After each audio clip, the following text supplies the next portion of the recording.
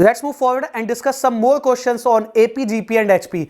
आगे बढ़ते हैं और बात करते हैं एपी, जीपी और एचपी पे कुछ और क्वेश्चंस की। तो move to question number first.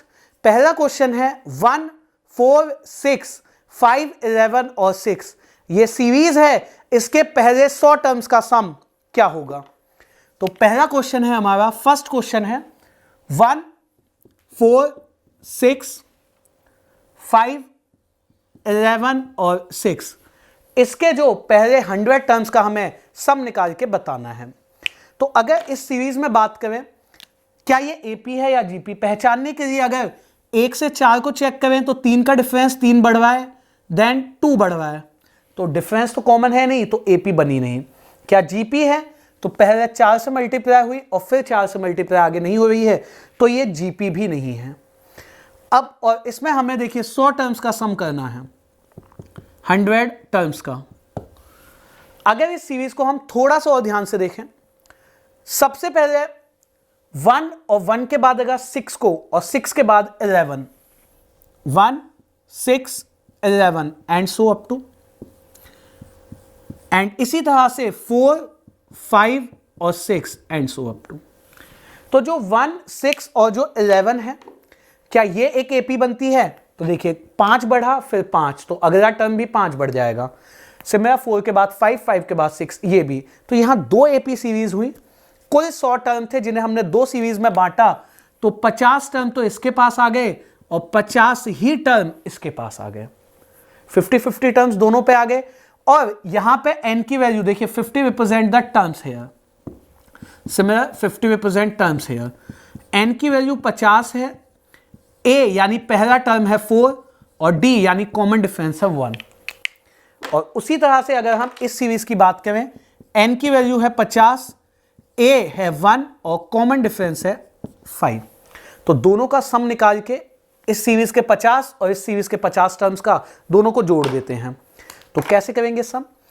Sn का फॉर्मूला होता है n/2 2a plus n-1 into D. तो दोनों के लिए पुट करें तो n की वैल्यू यहां 50 divide by 2, twice of a 1 plus n 50-1, common difference है 5, प्लस 50/2 ट्वाइस a कितना है, a है 4 प्लस n-1 इंटू डी है 1। ये हो गया। इसको सॉल्व करते हैं। 50/2 दोनों में से कॉमन आ जाएगा, यानी 25 हमने कॉमन कर दिया। 2 into 1 2 plus 49 into 5 plus 2 into 4 8, 49 into 1 49। Add these all the terms. दो पहले इसको मल्टीप्लाई कर देते हैं, 2 4 5 बन जाएगा। ठीक है, 5 into 9 45, 4 5 4 20 4 24। Okay, add on these. 2 और 5 7 8 15 और 9 24, कैरीज 2 6 4 10 एंड 3। 25 से मल्टीप्लाई अगर करते हैं तो यहां पे देखिए, अगर हमें ये दिख रहा है कि ये नंबर 4 से डिविजिबल है तो इसे 4 से भाग दे दीजिए, इसे 4 से गुणा, तो क्या बन जाएगा 100 इंटू 76। Result is 7600। और चाहें तो 25 को एज इट इज मल्टीप्लाई भी कर सकते हैं। तो 7600 क्या ऑप्शन सही था? पहले क्वेश्चन का सही ऑप्शन था ए। ठीक है, पहले क्वेश्चन का सही ऑप्शन क्या बना? ऑप्शन ए बन गया उसका सही ऑप्शन। 2 सीरीज बनी एपी, दोनों का अलग अलग सम निकाला, उनको जोड़ा 7600, 7600 ऑप्शन ए बन गया। इसको करने का देखिए एक और अल्टरनेट वे भी है, इस क्वेश्चन को बनाने का और अल्टरनेट वे क्या है? जो दोनों सीरीज अलग अलग थी, अगर उन्हें कंबाइंड करके लिखते हैं, मीनिंग पहले दोनों टर्म्स को अगर मैं जोड़ देता हूं तो क्या बन जाएगा 5, फिर दोनों टर्म्स को जोड़ दिया तो 11 और फिर जोड़ दिया तो 17।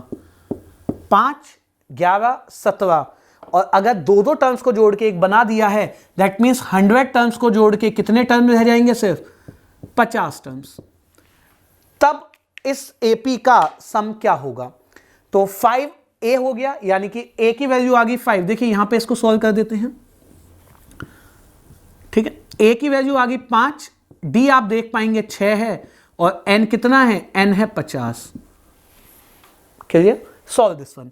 तो n/2 same formula, n/2 2a plus n minus 1 into D.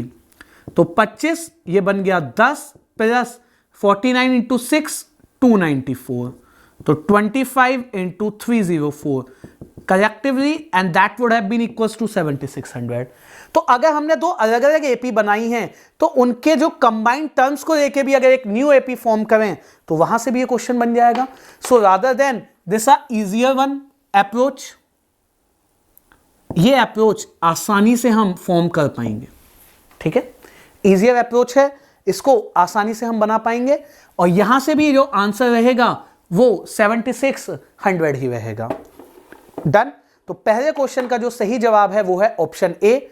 Move to the question number 2। आगे बढ़ते हैं और बात करते हैं क्वेश्चन नंबर 2 की। उसमें क्या कंसेप्ट है उसे हम डिस्कस करते हैं। Question number 2, 1 minus 2 minus 3 plus 2 minus 3 minus 4 plus 3 minus 4 minus 5। तो ये सीरीज है। अब अगर हम यहां पे भी देखें, इसका सम करना है। 1 के बाद आया प्लस में 2, फिर आया plus 3, so there is a series going on a plus 1 plus 2 plus 3। Minus 2 minus 3 minus 4, there is another series minus 3 minus 4 minus 5 another. तो यहां पे अगर हम देखेंगे तो 3 सीरीज लिखी हुई हैं क्वेश्चन नंबर 2 के लिए। 1 minus 2 minus 3 plus 2 minus 3 minus 4 plus 3 minus 4 minus 5 and so on. ठीक है, कितने टर्म्स तक? 100 टर्म्स तक। अब इसी तरह से जब ये सीरीज गोइंग ऑन होगी, सबसे पहले 1 2 3 ऐसे, 2 3 4 दिस वे, एंड 3 4 एंड 5। तो 3 अलग अलग सीरीज बनेंगी। तो 100 टर्म्स को अगर 3 सीरीज में बांटेंगे तो कितने टर्म्स बट गए? 99 टर्म्स, क्योंकि 3 के टेबल में 99 आता है। उसके बाद जो 100th टर्म होगा वो किसका होगा? वो पहली सीरीज का होगा। और वो पहली सीरीज का देखिए 99 को जब आप 3 भागों में बांटेंगे तो तीनों सीरीज के पास 33 टर्म्स ईच आए, और जो पहली सीरीज थी उसके पास 34 टर्म होंगे। तो पहली सीरीज का पहला टर्म 1 है, दूसरा टर्म 2 है, तीसरा टर्म 3 है। तो जो उसका 34वां टर्म होगा वो 34 खुद होगा, 34 खुद होगा, या मैं ये कह सकता हूं कि उसके पास 34 टर्म्स होंगे। ठीक है, पहली अप्रोच तीनों सीरीज को अलग अलग सॉल्व करते हैं। तो पहली सीरीज क्या बनेगी? 1 2 3 and so up to 34 terms. तो यहां पे 34 टर्म्स एक साथ लिख सकते हैं, प्लस -2 -3 33 टर्म्स, एंड प्लस एक और जो सीरीज है वो क्या है? -3 -4 again 33 terms. Okay, so now formula starts with Sn वही है n/2। तो इसके लिए तो n 34 है, 34/2, 2a plus n-1 into D, तो 1 हो गया। ठीक, a का मान 1 है यहां पे इस सीरीज में, और d का मान भी 1 है। यहां पे आप देख सकते हैं a का मान -2 है, और d का मान क्या है? -3 से +2 हो जाएगा -1। a का मान -3 है और d का मान -4 में 3 जुड़ जाएगा -1 अगेन। ठीक, सेकंड 33 है n की वैल्यू n/2, 2a, तो a है -3 plus n-1 into D, and third one 33/2, 2a, a का मान है माइनस, ओके, सेकंड वाली सीरीज में आप देख सकते हैं a की वैल्यू -2 थी। ठीक है, इसको -2 से रिप्रेजेंट, 33 -1 एंड d। ये वाली सीरीज है -3।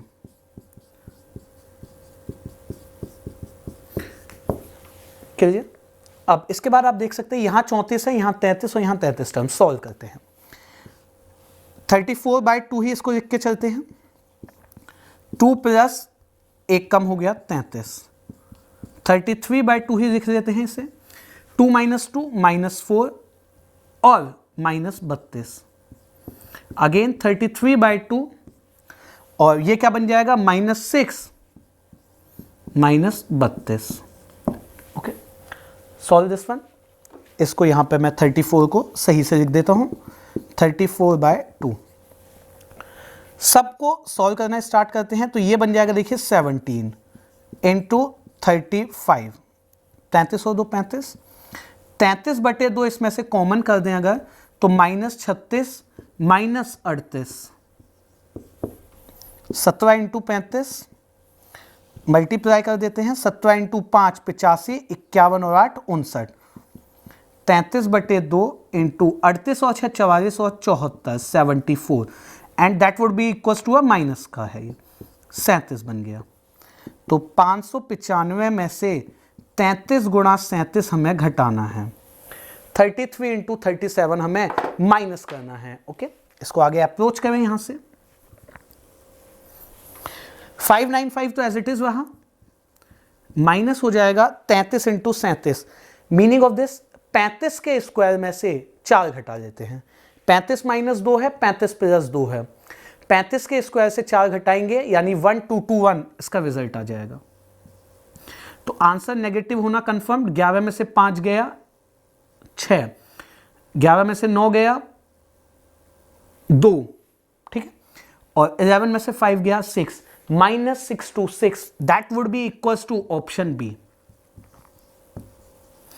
33 इंटू 37 करने के कई वेज थे। एक तो बेसिक मल्टीप्लाई कर सकते थे, सेकंड जो मैंने देखिए यहां फॉर्म किया 33 इंटू 37, इसे मैंने 35 में से 2 घटा के समझा, 35 में 2 जोड़ के, 35 का स्क्वायर आगे हम वैदिक मैथ्स में जो हम पढ़ेंगे वहां से इसको जल्दी बना पाएंगे। सपोज अभी मैंने 1225 क्रॉस मल्टीप्लाई किया और -4 1221, तो यहां से आप देख सकते हैं काफी टिपिकल बना, लेकिन आंसर बना -626 ऑप्शन बी। अब अगर जो टर्म्स थे उसे मैं कंबाइंड कर दूं तो क्या होगा, तीनों को यानी कि जो तीनों सीरीज के एक एक टर्म को जोड़ के क्या बनता है। सबसे पहले अगर बात करें 1 -2 -3 की, 1 -2 -3, इसको अगर ऐड करते हैं तो -4 बनेगा। ओके, तो पहला जो टर्म बना उस सीरीज का -4, कॉमा 2 -3 -4, तो ये बन जाएगा -5। देन पहले यहां से -4 बना, फिर -5 बना, फिर -6, and so up to 33 terms, क्योंकि 3 को जोड़ के एक एक बन रहा है। बट बी रिमेंबर, अब जो 34वां टर्म है वो इसमें यूज नहीं हुआ, तो 34 यानी +34 अलग से हम कर देंगे। n की वैल्यू 33 है, d हमारा -1 है, n है 33, d है -1 और a है -4। पुट करें n/2 यानी 33/2, 2a plus n-1 into d। Solve this one. और जो 34 है एक्स्ट्रा वो अंत में यानी एंड में तो हम उसे ऐड कर ही देंगे। Okay, rest is a calculation. देखिए it's all about a calculation, calculations पे फोकस करना है। -8 और -32, तो 33/2 ये बन जाएगा -40, कितना आ गया -660, और 34 ऐड ऑन किया -626। तो आप ये पाएंगे कि जब हम कंबाइंड कर देते हैं टर्म्स को तो कैलकुलेशन रादर इजियर होती है अलग अलग सीरीज से। सो बेटर है कि हम टर्म्स को कंबाइंड करें, इजियर रहेगा, आसानी से हम बना पाएंगे। तो दूसरे क्वेश्चन का सही जवाब क्या था, ऑप्शन बी था। Clear, done with the second. Let's move forward to question number 3। आगे बढ़ते हैं और बात करते हैं क्वेश्चन नंबर 3 की। उसमें क्या कंसेप्ट है उसे हम डिस्कस करते हैं। क्वेश्चन नंबर 3 में कहा गया find the sum of all 2 digit numbers which when divided by 7 it leaves a remainder 0। 7 से भाग देकर रिमाइंडर 3 देने वाले 2 अंकों के सभी नंबर्स का सम क्या होगा। तो जब भी हमें किसी नंबर के टेबल के रिगार्डिंग कहा जाए, एक लिमिट बताई जाए, तो पहले उसकी लोअर लिमिट से स्टार्ट करते हैं। 2 अंकों की सबसे छोटी संख्या होती है 10 और सबसे बड़ी संख्या होती है 99। हमें रिमाइंडर 3 बचाना है, तो 7 से भाग देते हैं पहले 10 को और चेक करते हैं रिमाइंडर क्या बचता है। 7 1 जा 7, रिमाइंडर 3, तो 10 सही है अपनी जगह। 10 वो पहला नंबर है जो 7 से भाग देके 2 अंकों का 7 से भाग देके 3 देता है।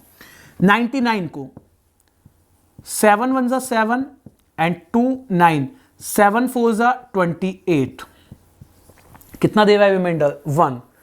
तो हम अगर इस 99 से 1 माइनस कर देंगे तो 98 उसके टेबल में आता होगा, और मुझे रिमाइंडर अगर 3 बचाना है तो और 98 में से 4 कम कर देते हैं, तो क्या बचेगा 94। ओके, अप्रोच देखिए क्या होती है, 99 में से पहले 1 माइनस किया तो 98 वो नंबर है जो 7 से रिमाइंडर देगा 0। अब इसमें अगर 3 जोड़ता हूं तो 101 बन जाएगा जो 3 डिजिट का है, तो और इससे पीछे चलते हैं 7, तो 91 भी 7 के टेबल में आता है। अगर रिमाइंडर 3 ही बचाना है तो 3 आप जोड़िए 94 बन जाएगा। तो 7 के टेबल में पहले 10 आएगा जो 7 के टेबल से डिवाइड देकर 10 वो पहला नंबर है जो रिमाइंडर देगा 3, और 2 अंकों का आखिरी नंबर है 94। अप्रोच हाईएस्ट लिमिट को 7 से भाग दिया 1, पहले इस 1 को माइनस कर दीजिए। अब जो 98 है क्या बता रहा है, ये 7 के टेबल में आता है, रिमाइंडर 3 बचाना है तो 3 जोड़िए। एक और अप्रोच थी, रिमाइंडर 3 बचाना है 3 जोड़िए 101, जैसे ही 3 अंक का बना अब वो डिवाइजर घटा दीजिए। आइदर वेज 94 वो सबसे बड़ा 2 अंकों की संख्या है जो 7 से डिवाइड देकर रिमाइंडर देगी 3। तो क्वेश्चन ये बना 10, 10 के बाद होगा 17, 17 के बाद 24। जब भी हम किसी नंबर के टेबल लिखते हैं या उस नंबर से सर्टेन एग्जैक्ट डिवाइस रिमाइंडर्स लिखते हैं, कॉमन डिफरेंस 7 ही रहेगा। ए क्या हो जाएगा हमारा 10, कॉमन डिफरेंस हो गया 7। Now the mandatory part is an का मान क्या है, वो निकालने के लिए फॉर्मूला यूज करना पड़ेगा an is equal to a plus n minus 1 into D. an है 94, a है 10, n माइनस 1 इंटू डी क्या है 7, तो ये बन गया 84 is equal to n minus 1 7, 7 से कट किया तो 12, n का मान आ गया 13, n की वैल्यू क्या आ गई 13। अब एस n निकाल लेते हैं, n by 2 2a plus n minus 1 into D. Solve this one, 13 by 2 ये बन गया 20 plus 12 into 7 84, so 13 by 2 into 104 cut किया 52, 13 इंटू 2 26, 65 और 2 67, 676 is the correct one. Options पर नजर रखें तो कौन सा ऑप्शन सही था, option B is the correct one. तो क्वेश्चन नंबर 3 के लिए जो सही ऑप्शन है वो है ऑप्शन बी। तो यहां पे इस क्वेश्चन में देखिए हमने क्या किया, 2 डिजिट का सबसे स्मॉलेस्ट नंबर जो 7 से डिवाइड देके रिमाइंडर 3 दे दे वो था 10, और 2 अंकों की सबसे बड़ी संख्या थी 94, उनके बीच में 13 अंक है, 13 नंबर्स हैं जिन सभी को जोड़ के बनता है 676 676, जो सही ऑप्शन है option B. Okay, done with the third, let's move forward to question number 4। Let's move to question number 4। आगे बढ़ते हैं और बात करते हैं क्वेश्चन नंबर 4 की। क्वेश्चन नंबर 4 में कहा गया टर्म 3 प्लस टर्म 6 को अगर हम जोड़ते हैं 95 बनता है, और सेकंड और फोर्थ टर्म को जोड़ते हैं तो 62 बनता है। ये एक एपी सीरीज है, तो बताइए इसका 11वां टर्म क्या होगा। तो जो गिवन है हमें फोर्थ क्वेश्चन के रिगार्डिंग वो है थर्ड और सिक्स्थ टर्म का सम जो है 95 के इक्वल, एंड इसके साथ साथ टर्म 2 और टर्म 4 का सम ये है हमारा 62। 11th टर्म हमें बताना है, यानी A11 हमें बताना है। तो अगर टर्म 3 है तो देखिए उसकी वैल्यू क्या होती है, A plus twice of D, यानी जितना टर्म जो टर्म हम लिखते हैं उससे डी कम होता है। 6 क्या होगा, A प्लस 5D, ये है 95 के इक्वल। तो A plus A 2A plus 7D is equal to 95, और इसी बेसिस से अगर हम सेकंड टर्म निकालेंगे तो होगा A प्लस D और फोर्थ होगा A प्लस 3D। तो twice of A plus 4D क्या बन गया, ये 62। दो इक्वेशंस, दो unknown, we can solve this one for A and D। हमेशा अगर इस टाइप से हमारे पास सीरीज बने, A घटा लेना बेटर होता है, यानी कि माइनस कर लेना बेटर है, A कट जाएगा क्योंकि A हमेशा ट्वाइस ही बनेगा। 7 में से 4 गया थ्राइस ऑफ D, 5 में से 2 गया 3 एंड 3, तो डी की वैल्यू क्या आ गई, डी आ गया 11। इसमें या किसी एक इक्वेशन में पुट कर देते हैं। सपोज इसमें पुट किया तो twice of A plus 4 times of 11 is equal to 62, 2a plus 44 is equal to 62, 2a equals to 62 minus 44, ये बचा 18, 44, 60, 52 और a हो गया 9। a की वैल्यू भी आ गई और d भी आ गया, तो a 11th यानी टर्म 11 क्या होगा, a plus 10 times of d। a हमें पता है यहां पे कितना था 9 और d हमें पता है 11 है, तो ये बन गया 9 plus 110 119, 119 is a answer. Okay, 10 into 11 110, 110 plus 9 119 क्या है, उसका 11वां टर्म 11th टर्म हो जाएगा। फोर्थ क्वेश्चन के लिए सही ऑप्शन क्या है, option D is correct one for the question number 4।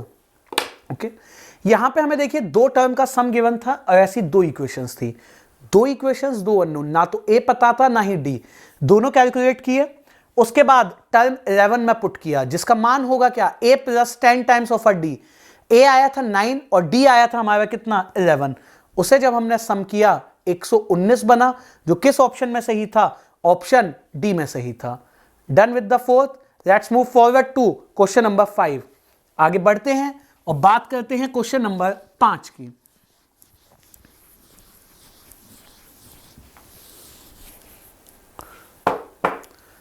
Question number 5, हमें 100 ऐसे टर्म का सम बताना है जो सीरीज है 9, 99, 999 एंड 4 टाइम्स ऑफ द 9। जो सीरीज है वो चल रही है 9 के रेस्पेक्ट में, 999 and 4 times of 9 and so on. ऐसे 100 टर्म्स का हमें सम करके बताना है, यही है क्वेश्चन। अब जब भी हमें सिंगल डिजिट की सीरीज हो, वी ऑलवेज मार्क के वहां पे 9 है या नहीं है। तो जब भी एक ही डिजिट की सीरीज हो और वहां पे 9 होना मैंडेटरी है, क्यों?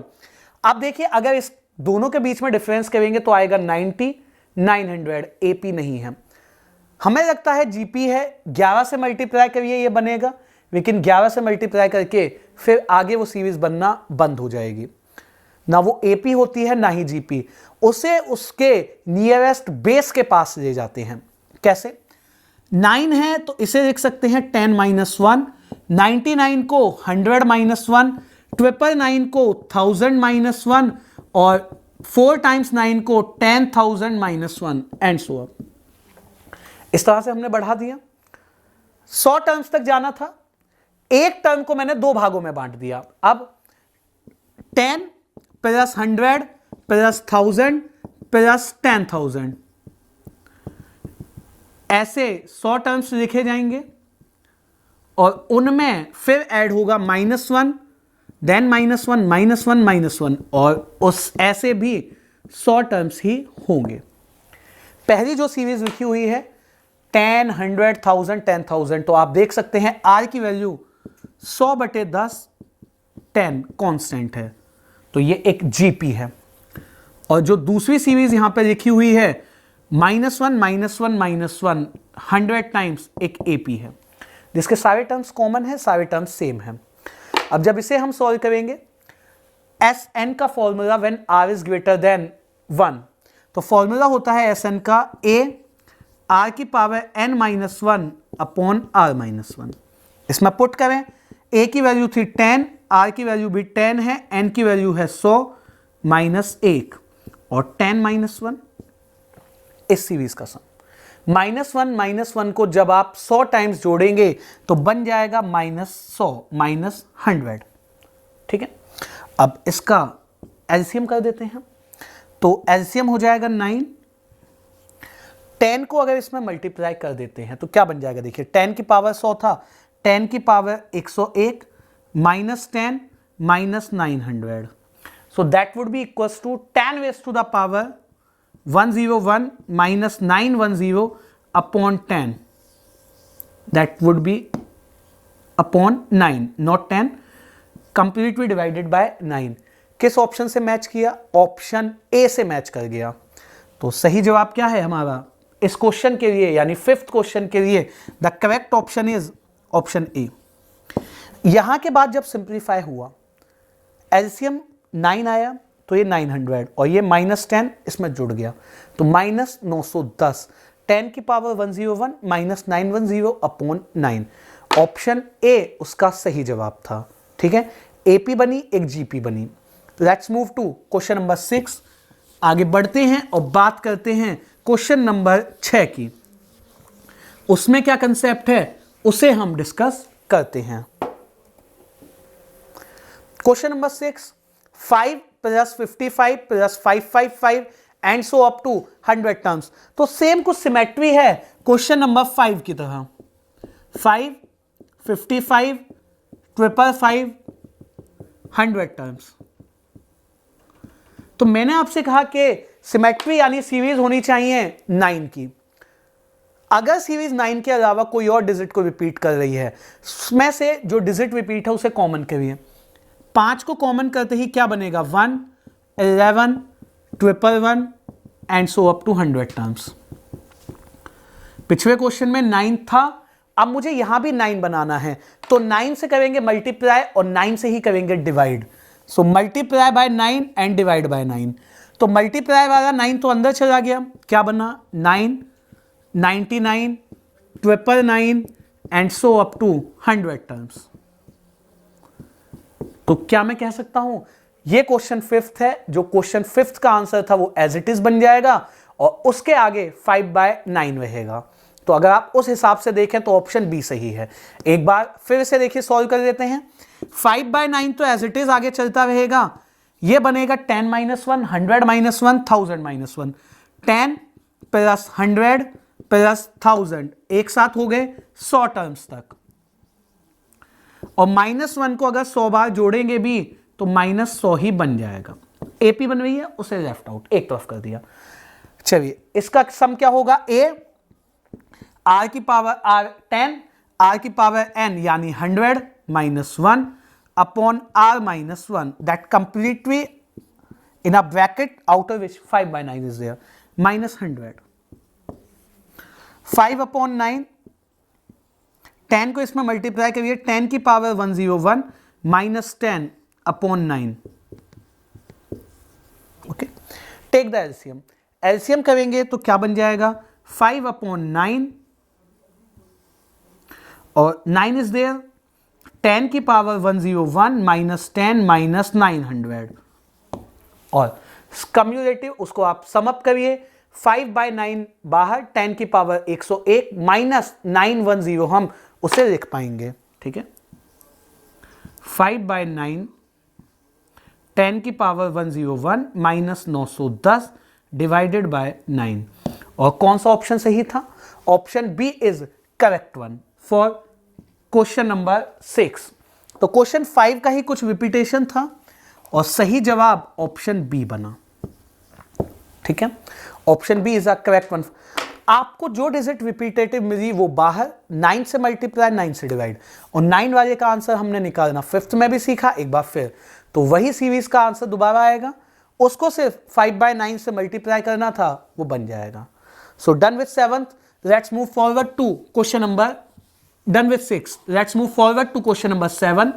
छठा क्वेश्चन खत्म किया, आगे बढ़ते हैं और बात करते हैं क्वेश्चन 7th की। तो question number 7, the 7th term of an GP is 8 times the 4th term. 7वां जो पद है किसी जीपी का वो उस जीपी के चौथे टर्म का 8 गुना है। What will be the first term if it's 5th term is 48। तो यहां पर दो इंफॉर्मेशन है। 7th जो टर्म है वो 8 टाइम्स है टर्म 4 का, और 5th जो टर्म है वो गिवन है 48। किसकी वैल्यू पूछी गई है? What will be the first term, यानी ए की वैल्यू हमसे a1, ए की वैल्यू हमसे पूछी गई। तो जो an का मान होता है इसके केस में होता है a इंटू आर की पावर n-1। तो a7 क्या होगा? a इंटू आर की पावर 6। ठीक है, फॉर्मूला होता है an का a इंटू आर की पावर n-1। तो अगर a7 हमें लिखना है 7 - 1, यानी कि r की पावर 1 कम हो जाएगी। इसी तरह से यहां पे r की पावर 1 कम हो जाएगी तो क्यूब रह जाएगा, a से a कट गया, r की power 6 upon r cube is equal to 8। तो यहां पे बचा r क्यूब इक्वल्स टू 8, तो r की वैल्यू हो गई 2। इसको इसमें पुट कर देते हैं, a5 यानी a5 इज इक्वल टू 48 का मीनिंग है a इंटू आर की पावर 4। तो r हमने निकाल लिया 2 की पावर 4, 2 की पावर 4 होता है 16, तो ये बन जाएगा 3। तो जो पहला टर्म है जहां से ये जीपी स्टार्ट हुई वो है 3। तो 7th क्वेश्चन के लिए सही ऑप्शन क्या है? Option C is a correct one. ठीक है, तो 7th क्वेश्चन का सही जवाब है ऑप्शन सी।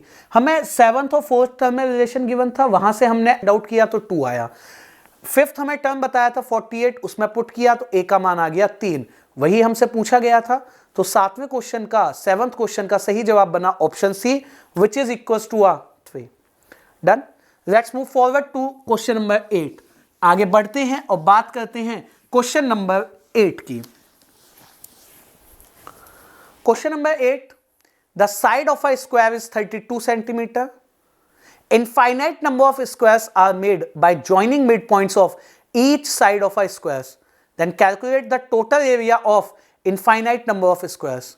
एक स्क्वायर है जिसकी साइड है 32 सेंटीमीटर, उसके अंदर हमने अगर इनफाइनाइट नंबर्स ऑफ स्क्वायर्स बनाए, कैसे? उनके मिड पॉइंट्स को ज्वाइन करके। तो हमें बताना है टोटल एरिया क्या होगा उन सभी स्क्वायर्स के एरिया का। सबसे पहले जो स्क्वायर हमें सबसे बड़ा गिवन है उसकी डायमेंशन यानी उसकी हमें साइड बताई गई है 32 सेंटीमीटर, और उसके बाद जितने भी स्क्वायर्स उसके अंदर बनेंगे उसके मिड पॉइंट्स को ज्वाइन करके, स्क्वायर्स जितने भी बनेंगे ज्वाइनिंग बाय मिड पॉइंट्स, और इस स्क्वायर के अंदर जो अगला स्क्वायर बनेगा वो इसके मिड पॉइंट्स को ज्वाइन करके बनेगा, और फिर उसके अंदर जो स्क्वायर है उसके थर्ड वाले के मिड पॉइंट्स को ज्वाइन करके, and so on. This series will goes on up to infinite. सबसे पहले अगर बड़े वाले स्क्वायर की बात करें तो 32 सेंटीमीटर उसकी साइड है और उसका एरिया हो जाएगा 32 का स्क्वायर। पहले वाले स्क्वायर का एरिया क्या है? 32 का स्क्वायर, और 32 का स्क्वायर होता है 1024। सेकंड वाले का एरिया क्या होगा? अब आप देखिए, ये है 16 सेंटीमीटर क्योंकि मिड पॉइंट है, ये भी है 16 सेंटीमीटर। अगर मैं ये डायमेंशन निकाल लेता हूं तो ये दूसरे वाले स्क्वायर की साइड है। So by the Pythagoras P square यानी 16 square plus 16 square is equals to A और बी, तो ए बी मान लेता हूं, ए बी का whole square 256 plus 256 A B square, और कितना आ गया? ये आ गया 512। अगर मैं यहां से ए बी निकाल लूं फिर उसका area, but just hold for a second, अगर इसकी भुजा ए बी है, इस स्क्वायर 2 की साइड ए बी है, और मैं ए बी स्क्वायर तो निकाल चुका हूं यानी मैं साइड स्क्वायर कर चुका हूं, तो ये A2 बन जाएगा। A2 क्या बन गया हमारा? 512। इसी तरह से जब हम A3 निकालेंगे वो इसका हाफ हो जाएगा। ये सीरीज जा रही है इनफाइनाइट तक। Next term is 256। तो अगर हम R का मान निकालें 512 बटे 1024, 1/2, A की वैल्यू है 1024, R है लेस देन 1, तो अगर R का मान लेस देन 1 होता है तो क्या हम S इनफाइनाइट कैलकुलेट कर सकते हैं? Definitely we can calculate S infinite which is A upon 1 minus R when R is less than 1, जब R का मान 1 से छोटा होता है। A है 1024, 1 माइनस 1/2, तो 1024 एलसीएम करेंगे इंटू 2, 2048, 2048 उन सभी एरियाज का सम होगा। तो 8वें क्वेश्चन का सही ऑप्शन क्या बना? Option D. Basically 1 minus 1/2 is a half, तो जो 2 है वो मल्टीप्लाई होके सबसे ऊपर आ जाएगा। ओके, इन केस कोई डाउट हो इसको देखिए दोबारा से यहां पे बता देते हैं। 1024 divided by 1 minus 1/2, 1024 divided by 1/2, तो 1024 इंटू 2, 2048, ठीक है। S इनफाइनाइट होता है A/1 - R। इसको यहां से रफ कर देता हूं, 2048 बन गया। और 2048 कौन सा ऑप्शन था? 8वें क्वेश्चन के लिए ऑप्शन डी था। So D is a correct one. Let's move forward to question number 9। Let's move to question number 9। आगे बढ़ते हैं और बात करते हैं क्वेश्चन नंबर 9 की। To numbers A and B are such that GM is 20% lower than their AM। दो numbers हैं A और B इस प्रकार कि उनका ज्योमेट्रिक मीन उनके अरिथमेटिक मीन से 20% कम है। Find the ratio between the numbers. First of all we have given two numbers A and B, और जो ज्योमेट्रिक मीन है उनका जो GM है वो अरिथमेटिक से 20% कम है,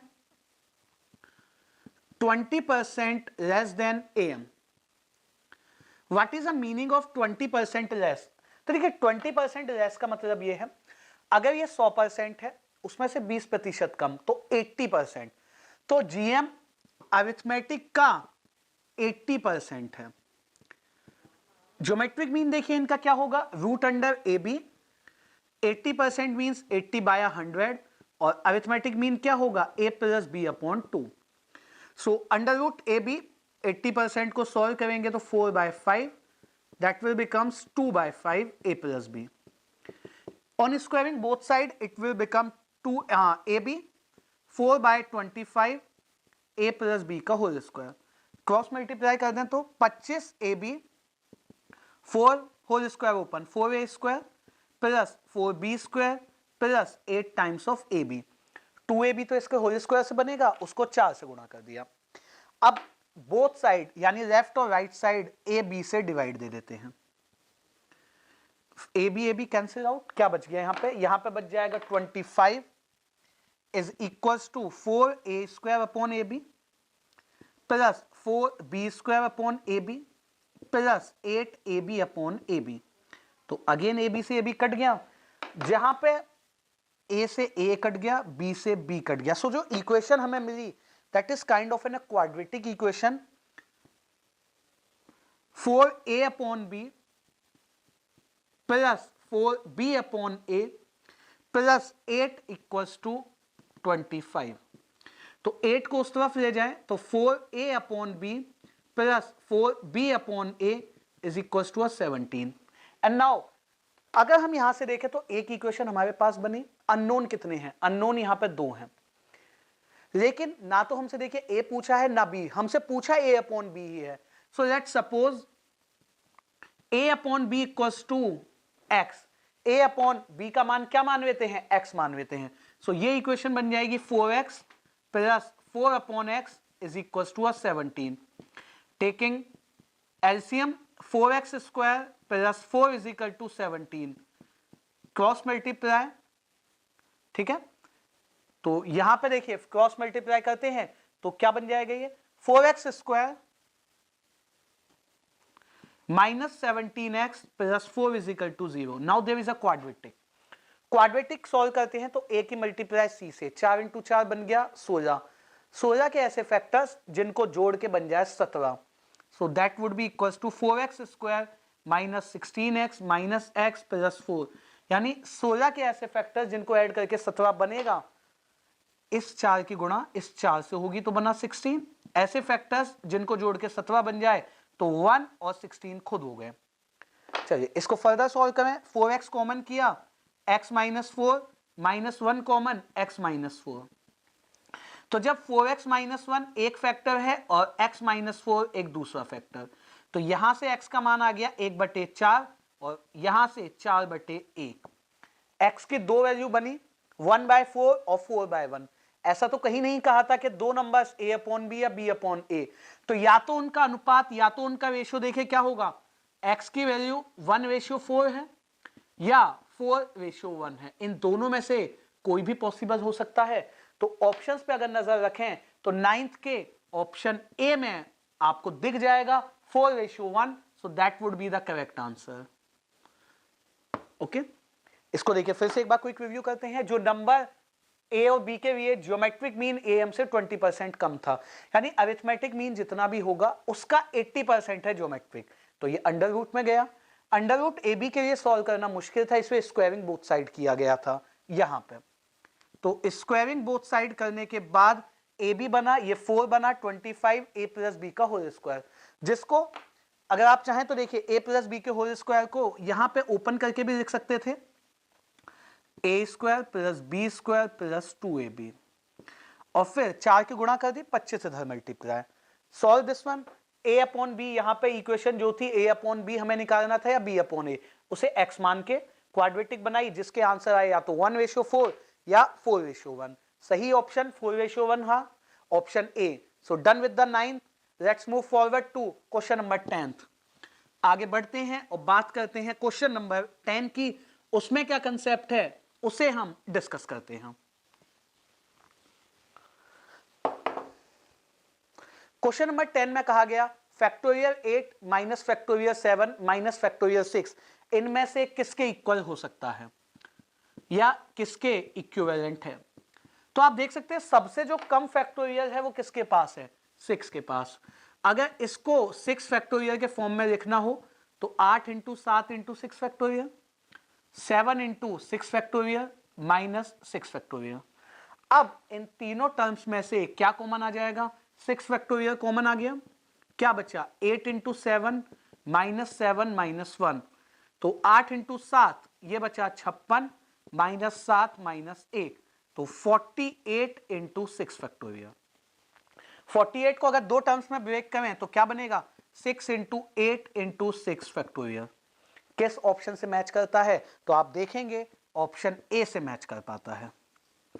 तो ऐसा कुछ नहीं है कि यहां पर कोई एपी जीपी एचपी यूज हुई, that's just a question on a factorial. Number system का भी पार्ट मान सकते हैं या एपी जीपी एचपी का, कि भाई फैक्टोरियल्स अगर यूज हुए कैसे हमने उसे सॉल्व किया।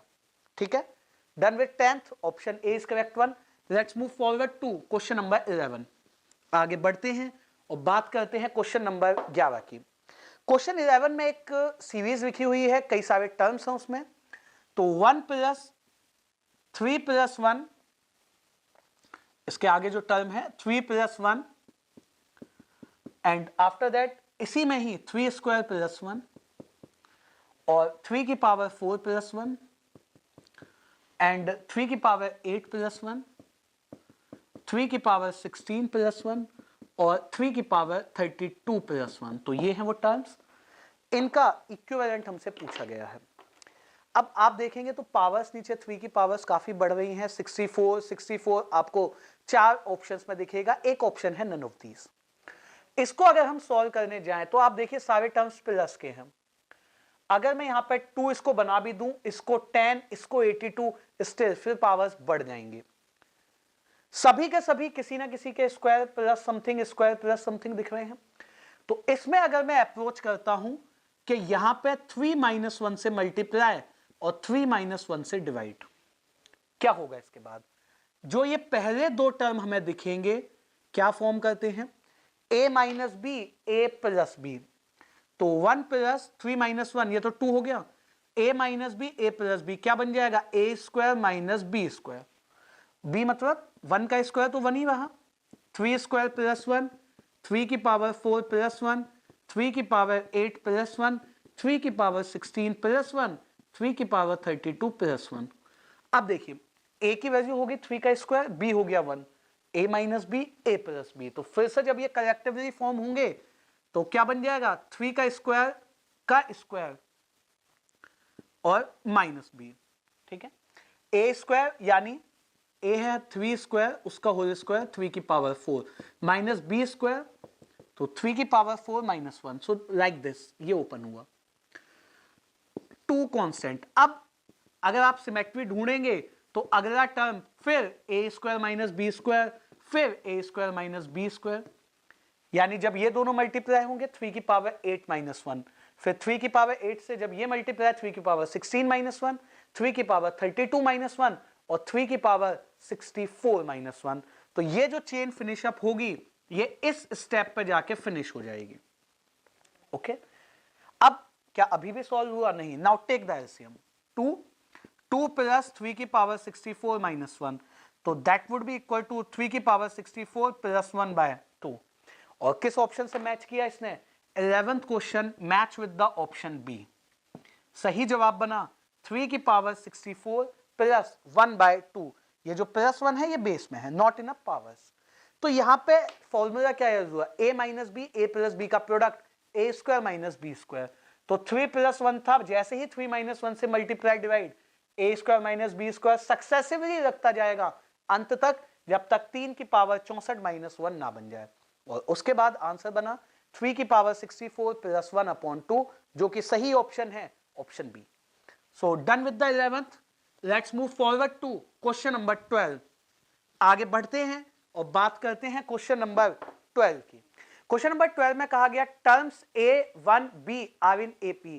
3 टर्म्स हमें गिवन है, A पहला टर्म है, 1 सेकंड टर्म है और B थर्ड टर्म है। ये अरिथमेटिक प्रोग्रेशन को फॉलो करते हैं, यानी एक AP बनाते हैं। और वहीं 1AB are in geometric progression, यानी 1 पहला टर्म है, A सेकंड टर्म है और B तीसरा टर्म है। ये एक GP यानी ज्योमेट्रिक प्रोग्रेशन फॉर्म करते हैं। A और B का मान बताना है और A का मान B के इक्वल नहीं हो सकता, A does not equals to a B। तो बताइए यहां पे A और B की वैल्यूज क्या रही होंगी। सो स्टार्ट्स विद दिस क्वेश्चन। सबसे पहले AP की अगर बात करें तो जो 3 टर्म्स हैं वो हैं A, 1 and B। This is an AP arithmetic progression. और वहीं अगर बात करें जो दूसरी सीरीज हमें कही गई है 1A और B, ये GP है। अब हम ये जानते हैं जो मिडल टर्म होता है वो अरिथमेटिक मीन होता है पहले और तीसरे का, और इसी तरह से ये ज्योमेट्रिक मीन है पहले और तीसरे का। तो अरिथमेटिक मीन जब भी हम निकालते हैं वो फर्स्ट और थर्ड टर्म के हाफ के इक्वल होता है, जो यहां किसके इक्वल गिवन है, 1 के। तो if I further simplify this, a plus B क्या बन जाएगा, 2 बन जाएगा। एंड सिमिलर अगर मैं ज्योमेट्रिक मीन निकालता हूं तो वो under root a into B होता है, जो under root a into B से मेरा मतलब है पहला और तीसरे टर्म के प्रोडक्ट पे। तो यहां पे आप देख सकते हैं अगर मैं फर्स्ट टर्म को 1 से और थर्ड टर्म को b से रिप्रेजेंट करूं तो अंडर रूट b हो गया, ये हो गया इसका ज्योमेट्रिक मीन a के इक्वल। तो under root b is equal to अगर a है तो b का मान क्या बन गया, a स्क्वायर। b की वैल्यू यहां पुट कर देते हैं and then solve for this. a square plus a is equal to 2। Sum of the times देखिए क्या होता है, स्टूडेंट्स अगर ऑप्शंस के साथ बनाते हैं, b is equal to a square है, तो अगर a का मान 2 है तो b उसका स्क्वायर यानी 4, तो ऑप्शन a। इसी तरह से a का मान अगर -2 है ऑप्शन डी में, तो अगेन b हो जाएगा 4। तो यहां हमारे पास दोनों ऑप्शंस अलग अलग हैं। So which is a correct one, we have to find this one out. a और b की वैल्यूज हम फाइंड आउट कर रहे हैं, ऑप्शन से a और d हमें सही दिखेगा, लेकिन उन दोनों में से करेक्ट क्या है वो हमने, क्योंकि यहां हिट एंड ट्रायल्स है, ऑप्शंस पुट करके आप चेक कर सकते हैं। और ऑप्शन भी जिस ऑर्डर में है जो आप देख पाएंगे, ए ऑप्शन जो 2 और 4 है ये a का मान है, ये b का, तो देखिए 2 का स्क्वायर 4 होता है। इसी तरह से अगर मैं बात करूं ऑप्शन डी की, -2 एंड 4, ई तो नन ऑफ दीज है, तो -2 का स्क्वायर भी 4 होता है। बी -2 और 1, और सी जो है 4 और 1। Definitely these two options are incorrect, क्योंकि ए का स्क्वायर बी के इक्वल नहीं बन रहा है। लेकिन इन दोनों में से which is a correct one, we have to find out by implementing this way, कि बी का मान हमने इसमें रखा and now we can solve this for a quadratic. तो अगर हम सारे टर्म्स एक तरफ करें और यहां अब इसे सॉल्व करते हैं, तो इसके जो फैक्टर्स बनेंगे वो बनेंगे 2 और 1। तो take a common, a plus 2 -1 common, a plus 2, तो a इज इक्वल टू -2, 1 बन गया। ठीक है, a के मान यहां पुट कर देते हैं। तो अगर a की वैल्यू -2 होगी तो देखिए b कितना होगा, b is equal to a square. a की वैल्यू -2 है तो b हो जाएगा 4। तो पेयर हो सकता है, a की वैल्यू -2 है तो b है 4। और इसी तरह से अगर a की वैल्यू 1 है तो 1 का स्क्वायर तो b हो गया 1। तो अगर a भी 1 है तो b भी 1 आ गया, लेकिन दोनों की वैल्यूज इक्वल नहीं हो सकती, कंडीशन गिवन थी। तो a के वैल्यू -2 पे b आया 4। So which is a correct option, option D is a correct one and a is incorrect option.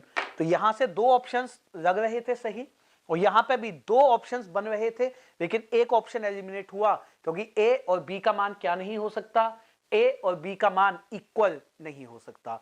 उस बेसिस से हमने इसे एलिमिनेट कर लिया। तो सही ऑप्शन क्या है 12th क्वेश्चन के लिए अगर हम कहें तो सही ऑप्शन है ऑप्शन डी। तो वंस अगेन देखिए इसको अगर एक बार क्विक रिव्यू करें, पहली सीरीज जो एपी में गिवन थी उसका अरिथमेटिक मीन 1 था, हमने सॉल्व किया तो एक इक्वेशन।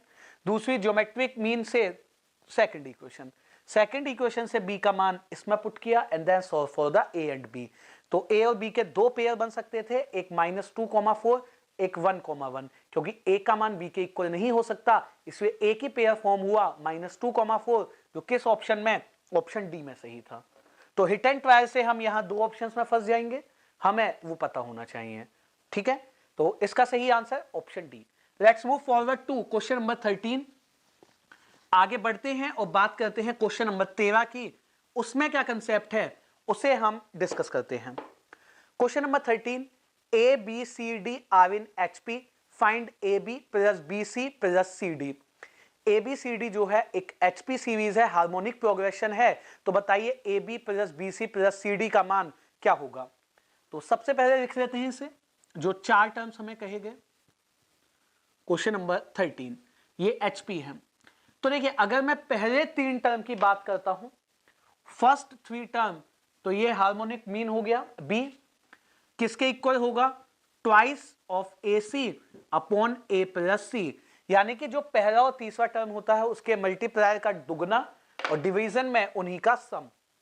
इसी तरह से अगर इन तीन टर्म्स की बात करें तो हार्मोनिक मीन यानी C is equal to twice of B D upon B plus D के इक्वल। अब हमें यह बताना है कि ए बी बी सी और सी डी का मान क्या है। एक बार अगर हम इन दोनों को मल्टीप्लाई कर दें, बी इंटू सी, क्योंकि कहीं ना कहीं आप देख सकते हैं वहां पे भी बी इंटू सी बन रहा है, ओके, और ए इंटू सी और बी इंटू डी। चलिए सॉल्व करना स्टार्ट करते हैं।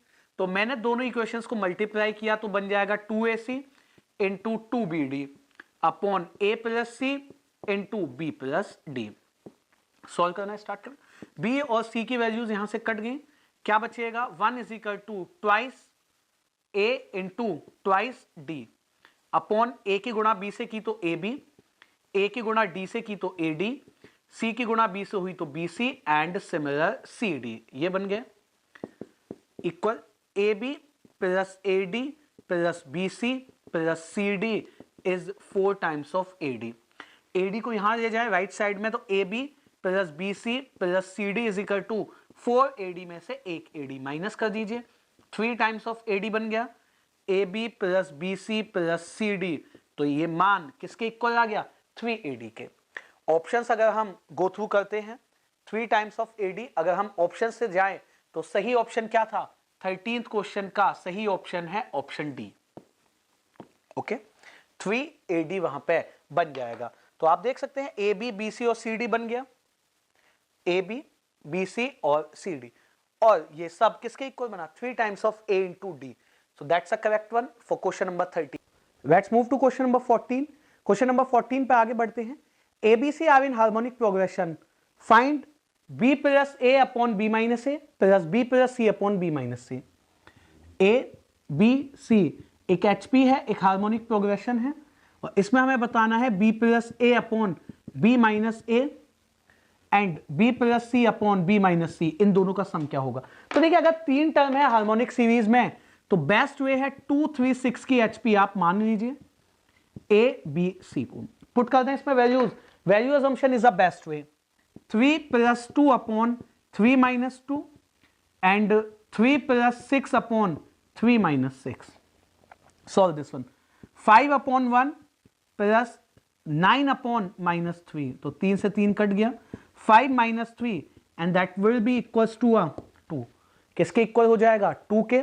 तो 14th क्वेश्चन के लिए सही ऑप्शन क्या बनेगा, option B is a correct one. B plus A upon B minus A plus B plus C upon B minus C. तो हमने एबीसी जो एचपी थी उसमें नंबर्स क्या मान लिए, 2, 3 और 6। ए का मान 2, बी का मान 3 और सी का मान 6 पुट करने पे ये किसके इक्विवेलेंट बना, 2 के। जो 14th का सही ऑप्शन क्या बना, option B. So these are the various questions on AP, GP and HP. यहां हमने इस सेशन में एपी, जीपी और एचपी के कुछ various questions, different questions discuss किए। आप you all of you do lot of practice on these type of questions, इन पे अच्छे से प्रैक्टिस करिए। That end with this session. Thank you.